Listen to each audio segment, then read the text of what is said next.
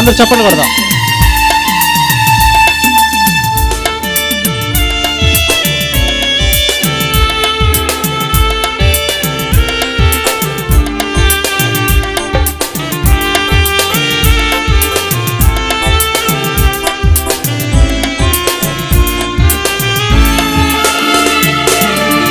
అనుదినము ప్రభుని స్తుతించెదము, అనుక్షణము ప్రభుని అనంత ప్రేమను. అల్లుకుపోయేది ఆర్పజాలనిదే, అలు పెరుగనిదే ప్రభు ప్రేమ. అల్లుకుపోయేది ఆర్పజాలనిదే, అలు పెరుగనిదే ప్రభు ప్రేమ. అనుదినము ప్రభుని స్తుతించెదము, అనుక్షణము ప్రభుని అనంత ప్రేమను. అనుదినము ప్రభుని స్తుతించెదము, అనుక్షణము ప్రభుని అనంత ప్రేమను.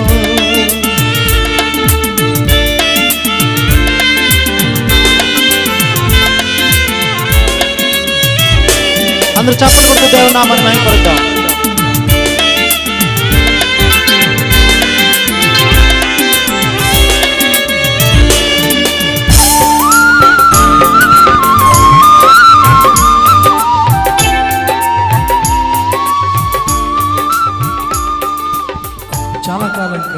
చాలా కాలం క్రితం ఒక దేశంలో ఒక వ్యక్తి ఉన్నాడు. ఆయనకి చాలా భయంకరమైనటువంటి జబ్బు చేసింది. నోట్లో ఉన్న నాలుకకు క్యాన్సర్ వచ్చింది. హాస్పిటల్కి వెళ్ళినప్పుడు డాక్టర్స్ అన్నారు, ఈ క్యాన్సర్ చాలా ప్రమాదకరమైంది, ఈ నోట్లో నాలుకను ఆపరేషన్ చేసి తీసివేయాలి అని చెప్పారు. ఆ వ్యక్తి చాలా బాధపడ్డాడు. ఒక వారం రోజుల తర్వాత మళ్ళా రమ్మన్నప్పుడు ఈ పేషెంట్ హాస్పిటల్కి వెళ్ళారు. ఆ హాస్పిటల్లో ఈ నాలుకకు సర్జరీ చేయడానికి అక్కడ వాళ్ళంతా సిద్ధపడుతూ ఉన్నారు. ఆ డాక్టర్ గారు అతని దగ్గరికి వచ్చి, ఈ ఆపరేషన్ తర్వాత మీరు మళ్ళా మాట్లాడలేరు, మీ నాలుక ఉండదు కాబట్టి మాట్లాడలేరు, మీరేమైనా మాట్లాడాలని ఆశపడితే మాట్లాడండి, మేము రికార్డ్ చేస్తాము, మీ జీవితంలో అది చివరిసారి మాటలు అవుతాయి అని చెప్పారు. సరేనండి, నేను ఒక 2 మాటలు చెప్తానని చెప్పాడు ఆయన. ఆపరేషన్ టేబుల్ మీద పడుకున్నాడు. వాళ్ళు ఒక వీడియో కెమెరా తీసుకుని వచ్చి ఆయన దగ్గర పెట్టారు. పెట్టినప్పుడు మీరు ఏం మాట్లాడాలనుకుంటున్నారో మాట్లాడండి అంటే ఆయన అన్నాడు, ఎంతకాలం నన్ను కాచి కాపాడినటువంటి నా యేసయ్యకు స్తోత్రం, హల్లెలూయా అని ఆపేశాడు. డాక్టర్ గారు అన్నారు, అంతేనా మీరు మాట్లాడాలనుకుంది అంటే, అంతేనండి, నా యేసయ్యకి నేను స్తోత్రం చెప్పాను, చాలండి అన్నాడు. ఆ తర్వాత ఆ వీడియో కెమెరా తీసుకుని వెళ్ళిపోయారు. ఆపరేషన్ సమయం దగ్గర పడింది. ఆపరేషన్ చేయవలసిన మెయిన్ డాక్టర్ గారు వచ్చారు. వచ్చి ఆపరేషన్కి ముందు ఆ రికార్డ్స్ అన్ని పరిశీలన చేస్తూ ఉన్నారు. ఈయన ఎలా ఉంది ఈయన కండిషన్ అని. ఆ రిపోర్ట్స్ ఎంతకాలం అయింది తీసి అని అడిగారు పక్కనుండి ఆ డాక్టర్స్ని. వాళ్ళు అన్నారు, ఒక వారం రోజులు అవుతుందండి అన్నారు. మెయిన్ డాక్టర్ గారు అన్నారు, వారం రోజులు కాదు, ఇవాళ మళ్ళా ఫ్రెష్గా రిపోర్ట్స్ నాకు కావాలి, ఎక్స్రే మిగతా టెస్టులన్నీ చేయండి అని చెప్పి పంపించారు. ఆ రిపోర్ట్లన్నీ వచ్చిన తర్వాత పాత రిపోర్ట్స్ని కొత్త రిపోర్ట్స్ని పట్టుకొని డాక్టర్ గారు అయోమయంగా చూస్తూ ఉన్నాడు. పక్కనున్న వాళ్ళకి ఏమీ అర్థం కావట్లేదు. మెయిన్ డాక్టర్ గారు అన్నాడు, అసలు ఇతన్ని ఎందుకు తీసుకొచ్చారు మీరు అంటే, ఆపరేషన్ చేయడానికి తీసుకొచ్చామండి అన్నారు. ఏ కారణం చేత తీసుకొచ్చారు అంటే వాళ్ళు అన్నారు, గత వారంలో రిపోర్ట్స్ చూడండి అందుకే తీసుకొచ్చామన్నారు. కానీ ఈరోజు తీసుకొచ్చిన రిపోర్ట్స్లో ఇతనికి అసలు ఏ జబ్బు లేదని అనిపిస్తుందే నాకు అని అన్నప్పుడు వాళ్ళకి ఏం అర్థం కాక మాట్లాడుకుంటూ ఉంటే ఆ ఆపరేషన్ టేబుల్ మీద ఉన్న పడుకున్న పేషెంట్ వాళ్ళని పిలిచి అన్నాడు, నాకు తెలుసండి ఏం జరిగిందో అన్నాడు. ఏం జరిగింది బాబు అంటే, నా యేసయ్యని నేను స్తుతించాను కాబట్టి నా జబ్బు పోయిందండి అన్నారు. చప్పట్లు కొట్టి దేవునికి స్తోత్రం చెల్లిద్దాం. యేసుని ఎంతగా ఘనపరిస్తే, మన జీవితాల్లో ప్రభువుని ఎంతగా స్తుతిస్తే అన్ని ఆశీర్వాదాలు మనకు లభిస్తాయి, అన్ని గొప్ప కృప మనకు కలుగుతుంది. కాబట్టి స్తుతిలో చాలా గొప్ప శక్తి ఉన్నట్లుగా అనిపిస్తూ ఉంది. అయితే ఈ రాత్రికాల సమయంలో చాలామంది అనుకుంటూ ఉంటారు, నేను చాలా గొప్పవాడిని అవ్వాలి, మంచి పేరు సంపాదించుకోవాలి, ఈ లోకంలో మంచి ఇల్లు, మంచి బంగ్లా, తర్వాత మంచి కారు, మంచి పేరు కావాలని చాలామంది అనుకుంటూ ఉంటారు. మన దేశంలో ఒక చాలా ధనవంతుడు ఉన్నాడు. ఆయన ఉన్న ఇల్లు 25 అంతస్తులు. ఆయన దగ్గర పనిచేసే వాళ్ళు 500 మంది. అయితే దేవుని వాక్యం ఏం చెప్తా ఉందంటే, ఈ లోకంలో మనం ఎంత సంపాదించుకున్నా, ఎంత ధనమున్నా, ఎంత పేరు ఉన్నా, ఎంత పలుకుబడి ఉన్నా, యేసయ్యను నమ్మకపోతే, దేవుని దృష్టిలో సరి అయిన సాక్ష్యం మనకు లేకపోతే అవంతా కూడా వ్యర్థమే అని దేవుని వాక్యం సెలవిస్తూ ఉంది. దేవుని వాక్యం సెలవిస్తూ ఉంది. అయితే ఈ లోకంలో మనం సంపాదించుకున్నవన్నీ వ్యర్థమైనప్పుడు మరి దేవుని దృష్టిలో మనం ఎలా గొప్పవాళ్ళం కాగలం? దేవుడు మన గురించి మంచిగా సాక్ష్యం ఇవ్వాలంటే, దేవుని దృష్టిలో మనం మంచిగా ఉండాలంటే ఏం చేయాలి అని మనం ఆలోచిస్తే, బైబిల్లో ఒక వ్యక్తిని మీకు పరిచయం చేసి నేను ముగిస్తాను. అందరూ దేవునికి స్తోత్రం చేద్దాం. హల్లెలూయా, హల్లెలూయా. ఈయన ఒక హెబ్రీయుడు, గోషేను అనేటువంటి ప్రాంతంలో జన్మించాడు. ప్రపంచంలో ఇశ్రాయేలీల చరిత్రను మార్చివేసినటువంటి వ్యక్తి. బానిస బ్రతుకుల్లో ఉన్నప్పుడు జన్మించాడు. ఈయన బైబిల్ గ్రంథంలో 5 పుస్తకాలు రాశాడు. 3 సంవత్సరాల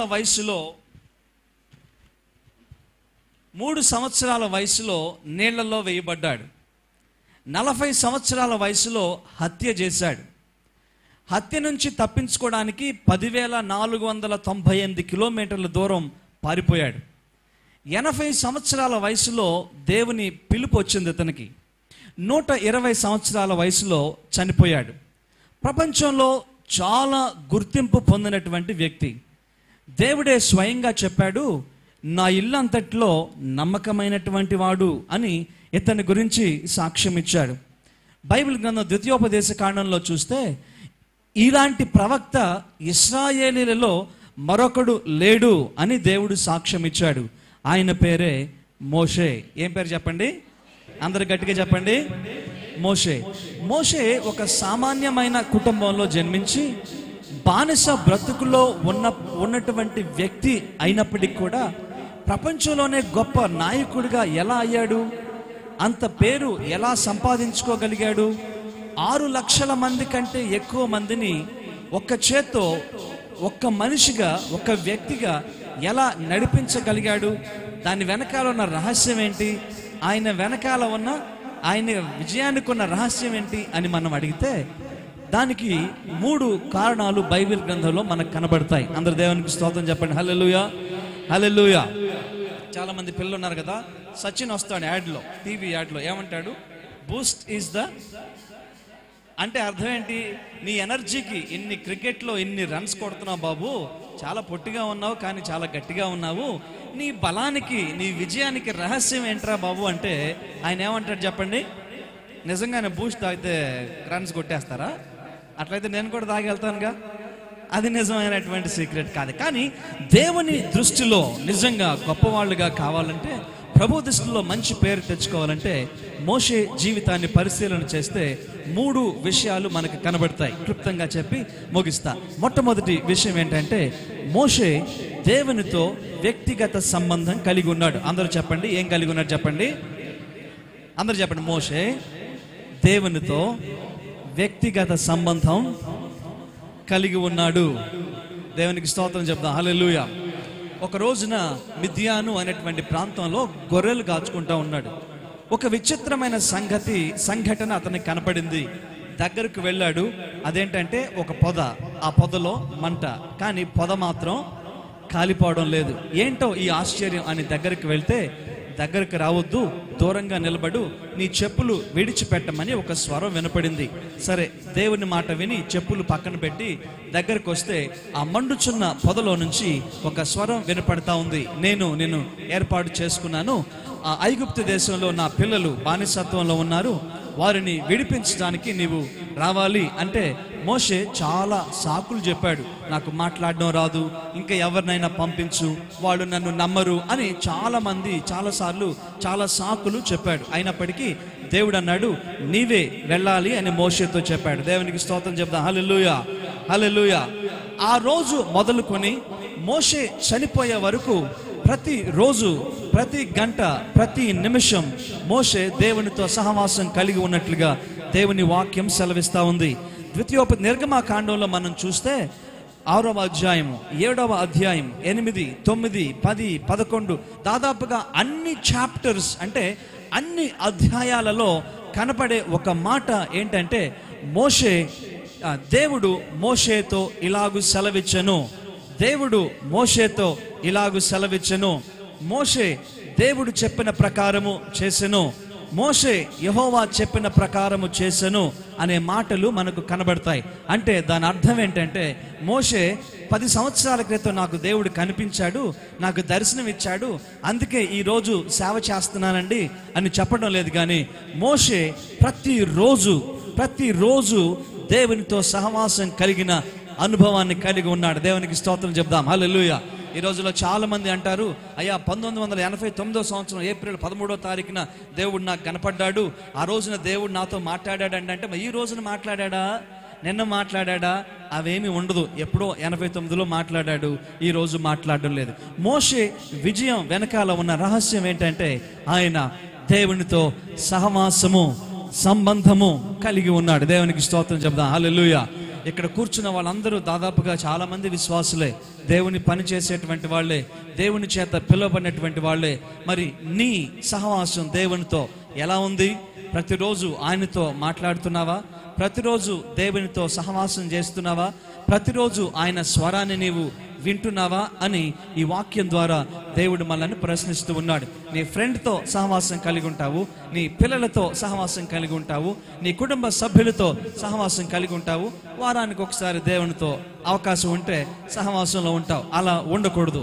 మోషే వలె విజయం, మనం గొప్ప వాళ్ళం కావాలంటే, విజయం సంపాదించాలంటే మోషే వలె దేవునితో రెగ్యులర్గా సహవాసము కలిగి ఉండాలని దేవుని వాక్యం సెలవిస్తూ ఉంది. రెండవ కారణం ఏంటంటే, రెండవ ప్రాముఖ్యమైనటువంటి విజయ రహస్యం ఏంటంటే మోషే తన సమస్యలను దేవుని దగ్గరకు తీసుకుని వెళ్ళాడు. అందరూ చెప్పండి, మోషే తన సమస్యలను దేవుని దగ్గరకు తీసుకుని వెళ్ళాడు. మోషే 6 లక్షల మంది కంటే ఎక్కువ మందిని మేనేజ్ చేయడానికి గల కెపాసిటీ, శక్తి అతనికి ఎక్కడి నుంచి వచ్చిందంటే, ఆయన తన దగ్గరకు వచ్చిన సమస్యలన్నింటినీ కూడా దేవుని దగ్గరకు తీసుకుని వెళ్ళేవాడు. మన కుటుంబంలో, మన వ్యక్తిగత జీవితంలో, మన సంఘంలో ఒక సమస్య వచ్చినప్పుడు ఏ పెద్దల దగ్గరకో, పక్క వాళ్ళ దగ్గరకో, పోలీస్ స్టేషన్లోనో, కోర్టులోనో వెళ్ళి కూర్చుంటూ ఉంటాం. కానీ దేవుని బిడ్డలమైనటువంటి మనం చేయవలసింది ఏంటంటే, మన జీవితంలో సమస్య వచ్చినప్పుడు, మన సంఘంలో సమస్య వచ్చినప్పుడు, మన కుటుంబంలో సమస్య వచ్చినప్పుడు మోషే వలె మనం ఏం చేయాలంటే ఆ సమస్యను తీసుకొని దేవుని చేతిలో పెట్టాలి. మనం భారం వహించవలసిన అవసరం లేదు, మనం చింత పడవలసిన అవసరం లేదు. మన చింత యావత్తు నా మీద మోపమని ప్రభు తెలియజేస్తూ ఉన్నాడు. మన భారము యెహోవా మీద మోపినట్లయితే ఆయనే మనలను ఆదుకొనును అని దేవుని వాక్యం సెలవిస్తుంది. మోషే అంత గొప్పవాడవడానికి గల మొదటి కారణం ఏంటంటే దేవునితో సహవాసం కలిగి ఉన్నాడు. మోషే గొప్పవాడవడానికి కారణం ఏంటంటే తన సమస్యలను దేవుని దగ్గరికి తీసుకుని వెళ్ళాడు. చివరిగా మోషే గొప్పవాడవడానికి గల కారణం ఏంటంటే మోషే విశ్వాసము కలిగినటువంటి నాయకుడు. అందరు నాతో చెప్పండి, మోషే విశ్వాసము కలిగిన నాయకుడు. చాలామంది వాళ్ళ పేర్లేమో విశ్వాసులు, వాళ్ళ హృదయాల్లో చీమంత విశ్వాసం కూడా ఉండదు. మనందరి పేర్లు ఏంటి చెప్పండి? విశ్వాసులు. అంటే విశ్వాసము కలిగి ఉన్నవారు అని అర్థం అన్నమాట. క్రైస్తవ జీవితంలో మోషే గొప్పవాడు అవడానికి గల కారణం ఏంటంటే గొప్ప విశ్వాసము కలిగినటువంటి నాయకుడు. విశ్వాసము చేత చేయి చాపినప్పుడు ఎర్ర సముద్రం ఏమైంది? 2 పాయలుగా చీల్చబడింది. విశ్వాసము చేత పండను తాకినప్పుడు ఏమైంది? రాతిలో నుంచి నీళ్లు బయటికి వచ్చి అన్ని లక్షల మందికి ఆహారాన్ని ఇచ్చాయి. విశ్వాసంతో ప్రార్థన చేసినప్పుడు ఆకాశం నుంచి దేవుడు మన్నాను కురిపించాడు. మోషే మనుషుల దగ్గరికి వెళ్ళి సలహా తీసుకుంటే వాళ్ళు భూమిలో నుంచి మొక్కలు మొలిపించి వాటి పంట వచ్చిన తర్వాత ఆహారం లభిస్తుంది అని చెప్పేవాళ్ళు. కానీ దేవుని మీద విశ్వాసముతో ఆధారపడ్డాడు కాబట్టి ఆకాశము నుంచి మన్నాను దేవుడు కురిపించాడు. ఈ రాత్రికాల సమయంలో ప్రియమైనటువంటి సహోదరి సహోదరులారా, నా ప్రియ దేవుని బిడ్డలారా, మనం దేవుని సన్నిధిలో గొప్పవారంగా ఉండాలంటే, దేవుని సన్నిధిలో పేరు మనం సంపాదించుకోవాలంటే మనం చేయవలసిన పని ఏంటంటే మోషే వలె మనం కూడా జీవించాలి. దేవునితో సహవాసం కలిగి ఉండాలి. తర్వాత మన సమస్యలు దేవుని దగ్గరకు తీసుకుని వెళ్ళాలి. తర్వాత విశ్వాసమును మనము కలిగి ఉండాలి. అందరూ తల వంచండి, ప్రార్థన చేసుకుందాం. ప్రభా, మీకు స్తోత్రాలు నాయన. ఈ రాత్రి కాల సమయంలో నా జీవితంలో నీతో సహవాసం నేను కలిగి లేను. నీతో సహవాసం కలిగి నేను లేను ప్రభా. దయతో నన్ను క్షమించండి. నీతో నా సహవాసాన్ని తిరిగి పునరుద్ధరించండి ప్రభా. మీకు స్తోత్రాలు. ప్రతిరోజు నీతో మాట్లాడి నీ స్వరాన్ని విని ప్రభా నా జీవితంలో అభివృద్ధి చెందడానికి సహాయం చేయమని ప్రతి ఒక్కరూ ప్రార్థన చేద్దాం. యేసు మీకు స్తోత్రాలు. దయతో నన్ను క్షమించండి. విశ్వాసిగా నేను చాలా కాలమైంది ప్రభా, బాప్తీసం తీసుకొని రక్షణ పొంది, కానీ నీతో సరి అయిన సహవాసం నాకు లేదు ప్రభా. నీ మాటలు బోధిస్తున్నాను కానీ నీ యొక్క పనిని నేను చేస్తున్నాను కానీ నీతో సహవాసం లేదు. నన్ను క్షమించు ప్రభా. యేసయ్యా మీకు స్తోత్రాలు. నా జీవితంలో ఎన్నో సమస్యలు ఉన్నాయి. నా జీవితంలో ఎన్నో కష్టాలు ఉన్నాయి. మనుషులకు చెప్పినా పరిష్కారం అవడం లేదు. నా సంఘంతో చెప్పినా పరిష్కారం అవడం లేదు. ఎవరితో చెప్పినా పరిష్కారం అవడం లేదు ప్రభా. ఇదిగో నా సమస్య నీ సన్నిధిలో నేను పెడుచు ఉన్నాను. నీ పాదముల చెంత నా సమస్యను పెడుతూ ఉన్నాను. ఈ భారము నేను మోయలేను ప్రభా. నా కన్నీటిని తుడిచే దేవుడవు నీవే. ఈ రాత్రి నా భారమును నా చింతలను తీసివేసి ప్రభా నీవే నాకు విడుదల కలిగించు అని ప్రార్థన చేద్దాం. ప్రభా, నాలో విశ్వాసం చాలా కొదువుగా ఉంది. మోషే వలె ప్రభా విశ్వాసం కలిగి జీవించడానికి, సేవలో ముందుకు సాగడానికి, పరిచర్యలో ముందుకు సాగడానికి కావలసిన విశ్వాసాన్ని మాకు దయచేయి ప్రభా అని ప్రార్థిద్దాం. యేసయ్యా మీకు స్తోత్రాలు. ఈ రాత్రి ఈ లోకంలో మేము సంపాదించిందంతా వ్యర్థమని, నీ సన్నిధిలో పేరు సంపాదించాలంటే, నీవు మా గురించి సాక్ష్యం ఇవ్వాలంటే మోషే జీవితాన్ని జ్ఞాపకం చేసుకున్నాం. మోషే వలె మీతో సహవాసాన్ని కలిగి, మీతో సంబంధం కలిగి, విశ్వాసము కలిగి సమస్యలు మీ సన్నిధిలో ఇవ్వడానికి తగిన కృప దయచేయమని ప్రార్థిస్తూ యేసు ప్రభుల వారి అతి శ్రేష్టమైన నామంలో అడిగి వేడుకొనుచున్నాము తండ్రి. ఆమేన్. ఆమేన్.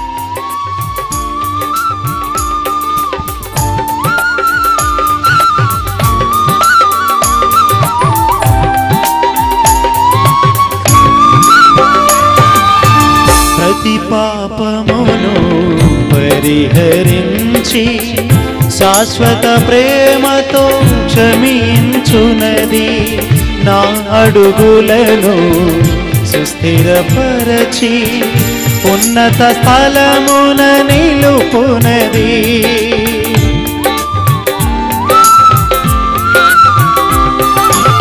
ప్రతి పాపమును పరిహరించి శాశ్వత ప్రేమతో క్షమించునది. నా అడుగులను సుస్థిరపరచి ఉన్నత స్థలమున నిలుపునది.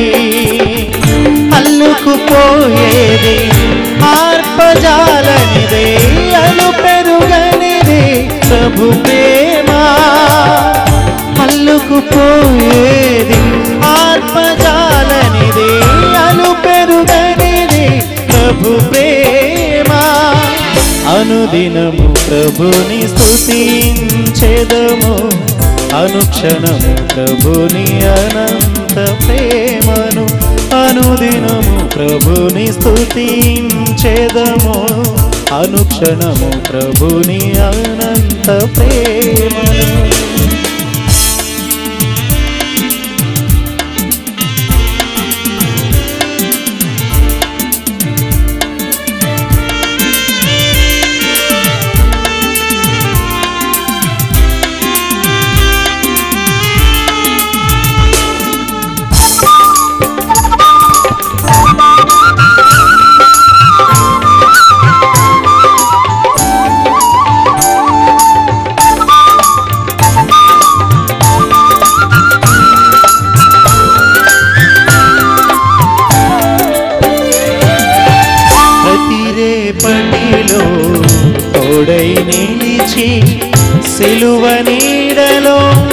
బ్రతికించినది స్వర్గద్వారము చేరు వరకు మాకు ఆశ్రయమిచ్చునది.